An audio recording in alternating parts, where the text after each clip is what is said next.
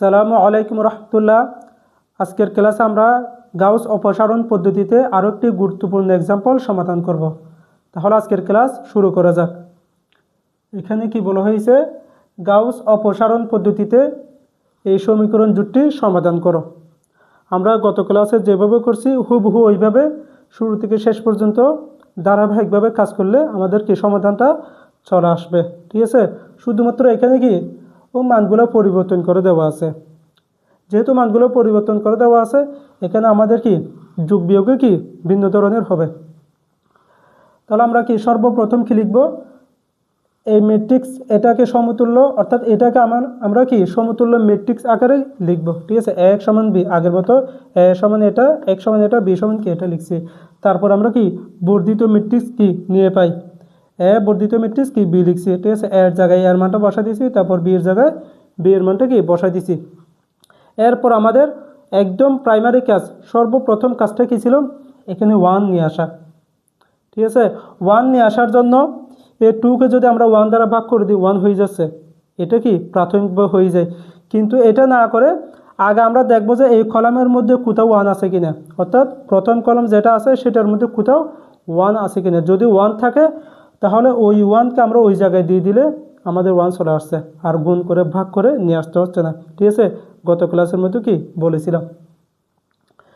তাহলে এখানে যেহেতু 1 আছে, আমরা শুধুমাত্র এই 1কে নিলে হবে না, পুরো সারিকে কি বিনিময় করতে হবে। তাহলে আমরা কি প্রথম এবং তৃতীয় সারি কি করি, বিনিময় করি। বিনিময় করলে 1 4 9 প্রথম সারিতে চলে আসছে 2 1 2 1 1 2 1 1, এদিকে কি 10 তৃতীয় সারিতে কি চলে গেছে, আর মাঝখানে দ্বিতীয় সারি যেভাবে আছে সেভাবে কি রয়ে গেছে। তারপর এখানে কি আমরা লিখে দিছি, এটা হচ্ছে কি বিনিময় করে, এটা হচ্ছে কি R1 এবং R3 পরস্পর কি করছে, বিনিময় করছে। ঠিক আছে, এরপর আমাদের কাজ হচ্ছে জাস্ট এই দুটোকে কি করা, জিরো করা। কি করা, এতটুকু লিখার পর অর্থাৎ 1 করার পর সরাসরি এক ধাপে, ঠিক আছে, পরের ধাপে সরাসরি এই 3 এবং কি 2-র জায়গায় কি 0 দিয়ে দেওয়া। আমরা 3 এবং 2-র জায়গায় 0 দিয়ে দিছি, এবং 0 দেওয়ার জন্য আমরা কাজটা কি করছি আগের মতো। দেখো তো, 3 থেকে 3 বিয়োগ করে দিলে কি হয়ে যায়, 0 হয়ে যায়। 2 থেকে 2 বিয়োগ করে দিলে 0 হয়ে যায়। তাহলে 3 থেকে 3 বিয়োগ করা মানে এই R2 এটা না, R2 থেকে R1 এর সাথে 3 গুণ করে, দেখো 1 এর সাথে 3 গুণ করলে 3 হয়ে যাচ্ছে, সেজন্য 3 থেকে R1 এর সাথে 3 গুণ করে তারপর কি করতে হবে, বিয়োগ করতে হবে। সেটাই কি লিখছি আমরা। R2 প্রাইম সমান, এটা হচ্ছে R2 প্রাইম, পরিবর্তন হয়ে যাচ্ছে। R2 প্রাইম সমান এই R2 minus 3R1, R2 minus 3R1, তারপরটা সেম হবে R3 মাইনাস, এটা হচ্ছে R2 প্রাইম সমান R2 মাইনাস 3R1, এটা R3 প্রাইম সমান R3 মাইনাস 2R1। ঠিক আছে, R3 minus 2R1, R3 minus কত 2R1, যেভাবে বলছি সেভাবে কি জাস্ট এখানে যে মান, এখানে যদি 1 আনতে পারি আমরা, তারপরে এখানে যে মানটা হবে সেটা দ্বারা এটাকে গুণ করে বিয়োগ করে দিব। এতটুকু বিয়োগ করে দিছি।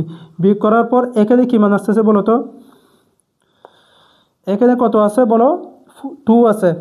2 থেকে আমরা এটা বিয়োগ করে দিব, কত দ্বারা গুণ করে, 3 দ্বারা গুণ করে। 3 দ্বারা গুণ করলে কত হবে, 3 4 12 হবে না। তাহলে 2 থেকে 12 বিয়োগ করে দিলে কত হবে, -10। এই -10টা কি বসানো হয়েছে। তারপর এখানে কত আছে, 1 আছে। 1 থেকে কত, 4-এর সাথে যদি আমরা 2 কি 4-এর সাথে যদি 2 গুণ করে দিই কত হবে। আচ্ছা, এটা কি পরে আসতেছে, আমরা এটা নিয়ে কাজ করি আগে। এখানে কত 3, এখানে কত আছে 9কে যদি 3 দ্বারা গুণ করি, 3 9 কত 27 না, 3 9 27। তাহলে 3 থেকে যখন 27 বিয়োগ হয়ে যাবে তখন কি থাকবে, -24, সেই -24কে বসানো হয়েছে। তারপর 16-এর সাথে 3 গুণ করলে কত হবে, 3 16 কত 48।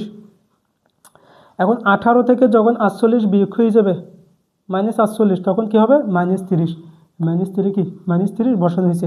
এরপর কি তৃতীয় সারি, 1 থেকে এটা 2 গুণ করে বিয়োগ করতে হবে। 1 থেকে পুরোর সাথে 2 গুণ করলে 8, তাহলে 1 মাইনাস 8, 1 মাইনাস 8 মানে কত, -7 বসছে। এরপর 1 আছে, 9-এর সাথে 2 গুণ করলে কত হয়, 18 হয়। তাহলে 1 মাইনাস কত 18, তার মানে কত হয়, -17। ঠিক আছে, এতটুকু। তারপর এখানে কত 16, 16-এর সাথে 2 গুণ করলে 32, তাহলে 10 মাইনাস কত 32, তার মানে ফলাফল কত -22, -22 কি বসে গেছে, ঠিক আছে, এতটুকু শুধু। এরপর আমাদের কি দরকার, এই দুইটা জিরো পেয়ে গেছি, এই দুইটা যখন জিরো পেয়ে যাব তখন আমাদের কাজ হচ্ছে কি, অর্থাৎ জিরো পেয়ে কাজগুলো করার কি, করার পর এটাকে আমাদের কি করা 1 নিয়ে আসা।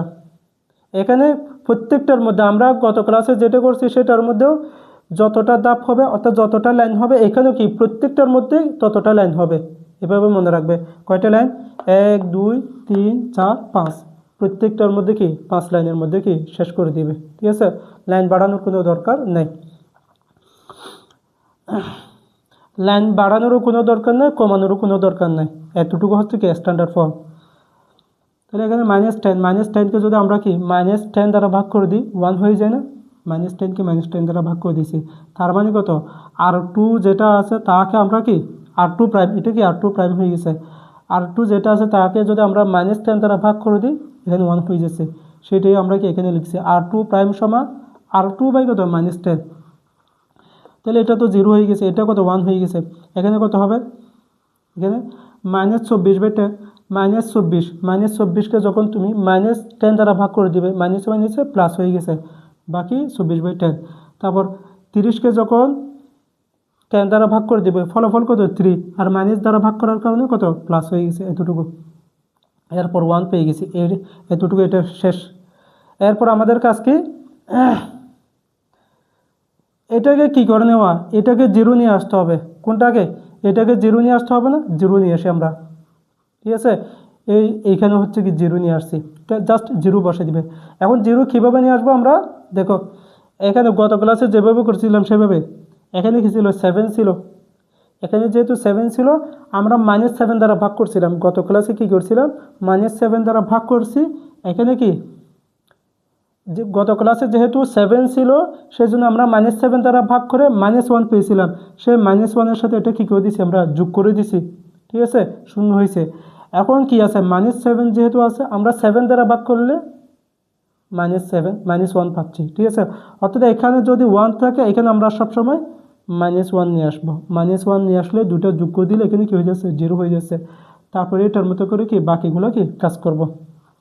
তাহলে এখানে -7 আছে, আমরা কি 7 দ্বারা ভাগ করে দিয়েছি, তার সাথে R2 অর্থাৎ 1 যোগ করে দিলে 0 হয়ে যাচ্ছে, আমরা কি 0 বসে দিয়েছি। তাহলে এই দুইটার মধ্যে কাজ করতে হবে না।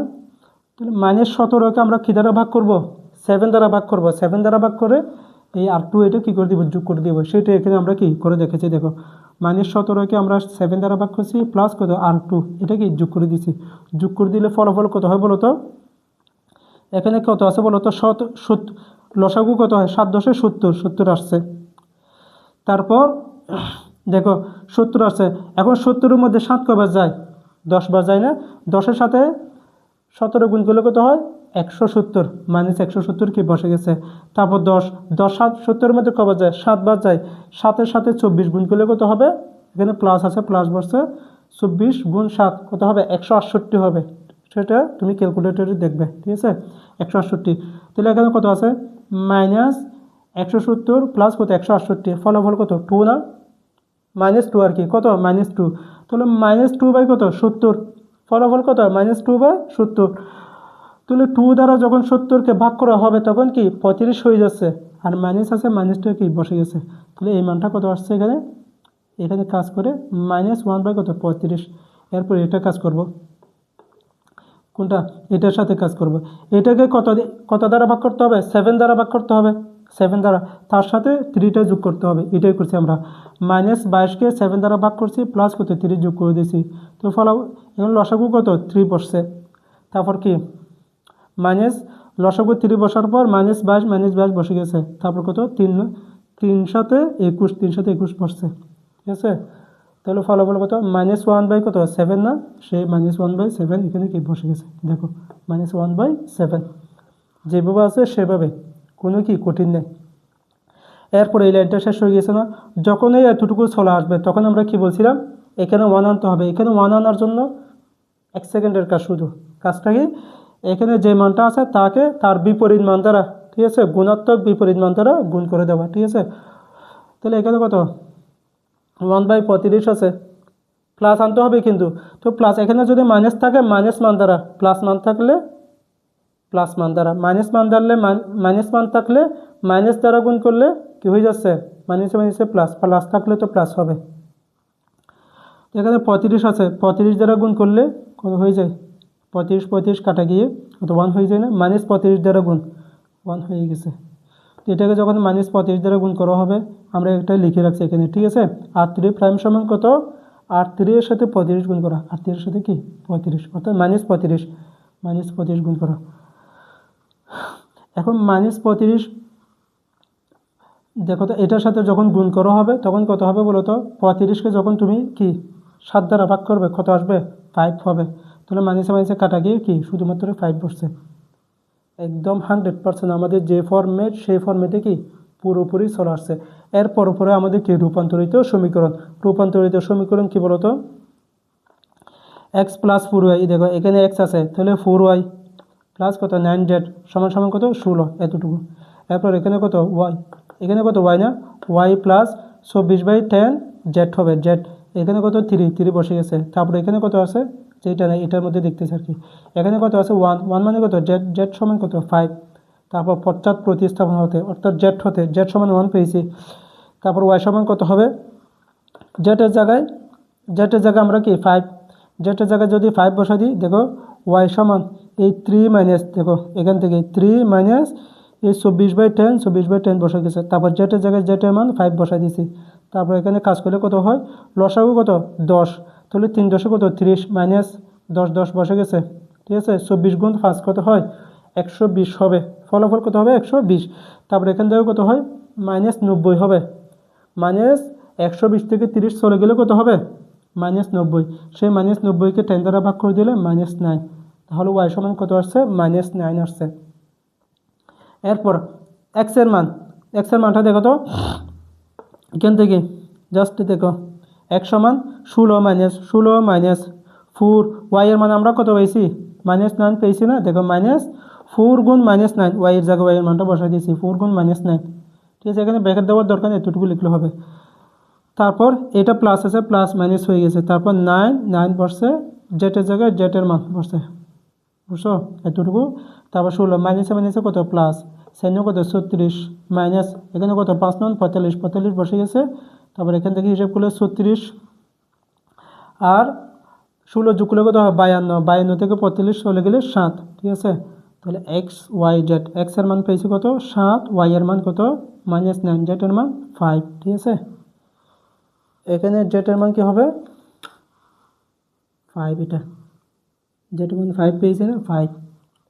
তাহলে এক্স ওয়াই জেড সমান কত 7 -9 5। এই ধরনের যতগুলো কি সমীকরণ দেওয়া থাকবে এগুলো কিন্তু প্রত্যেকটা কি বিভিন্ন বোর্ডের মধ্যে অর্থাৎ কি এনইউর মধ্যে অনেকবার কি আসা হয়েছে, ঠিক আছে। অর্থাৎ প্রায় 5 6 বা 7 বার করে আসছে, সেই জন্য এই গুরুত্বপূর্ণ এক্সাম্পলগুলো কি করে দিচ্ছি সমাধান করে দিচ্ছি। এরকম একটা ভালো করে একটা বুঝলে এই ধরনের যতগুলো থাকবে সবগুলো কি 100% বোঝা যাবে, একদম কি ধারাবাহিকভাবে সমাধান করা যাবে। তাহলে আমরা কি গাউস অপসারণ পদ্ধতিতে দুইটা এক্সাম্পল সমাধান করে দেখা দিয়েছি। আগামী ক্লাস থেকে আমরা কি গাউস জর্ডান পদ্ধতিতে সমীকরণ জোট সমাধান করব। তাহলে আজকের ক্লাস এই পর্যন্ত। আসসালামু আলাইকুম রহমতুল্লাহ।